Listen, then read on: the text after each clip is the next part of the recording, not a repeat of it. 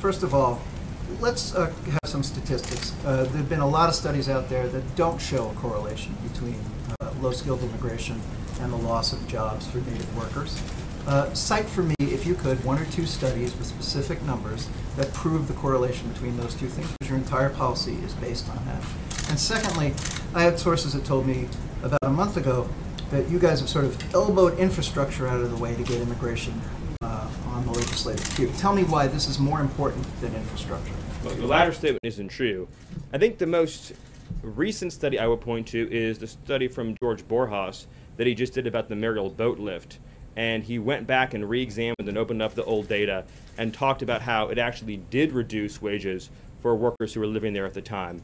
And Borjas has, of course, done enormous amounts of research on this, as has the Peter Kirsanow on the U.S. Civil Rights Commission, as has Steve Camarada at the Center for Immigration Studies, and so on and so on. Sciences, engineering, and medicine. And no recent study said that as much as $300 billion a year may be lost as a result of our current immigration system in terms of folks drawing more public benefits than they're paying in. But let's also use common sense here, folks.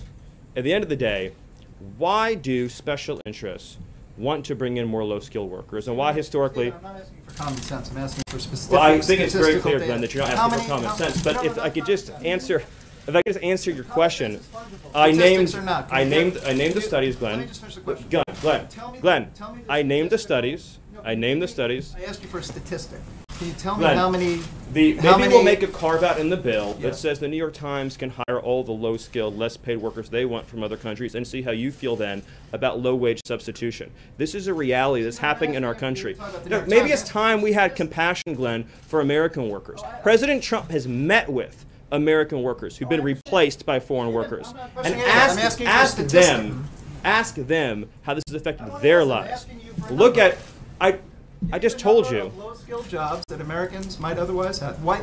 If you look first of all, if you look at the premise, Glenn, of bringing in low-skilled labor, it's based on the idea that there's a labor shortage for lower-skilled jobs. There isn't. The number of people living in the United States in the working ages who aren't working today is at a record high. 1 in 4 Americans, or almost 1 in 4 Americans between the ages of 25 and 54, aren't even employed.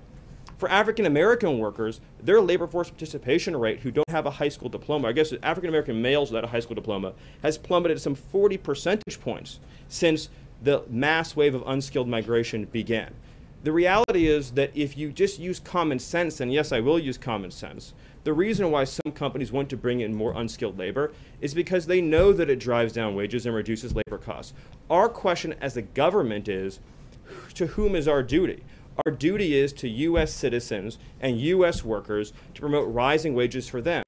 If low-skilled immigration was an unalloyed good for the economy, then why have we been growing at 1.5% for the last 17 years at a time of unprecedented new low-wage arrivals? It's just the facts speak for themselves. At some point, we're accountable to reality. And on the other hand, like I said, you have ultra-high-skilled workers who are at the back of the line, which makes no sense in the year 2017. Neil, let me go to you.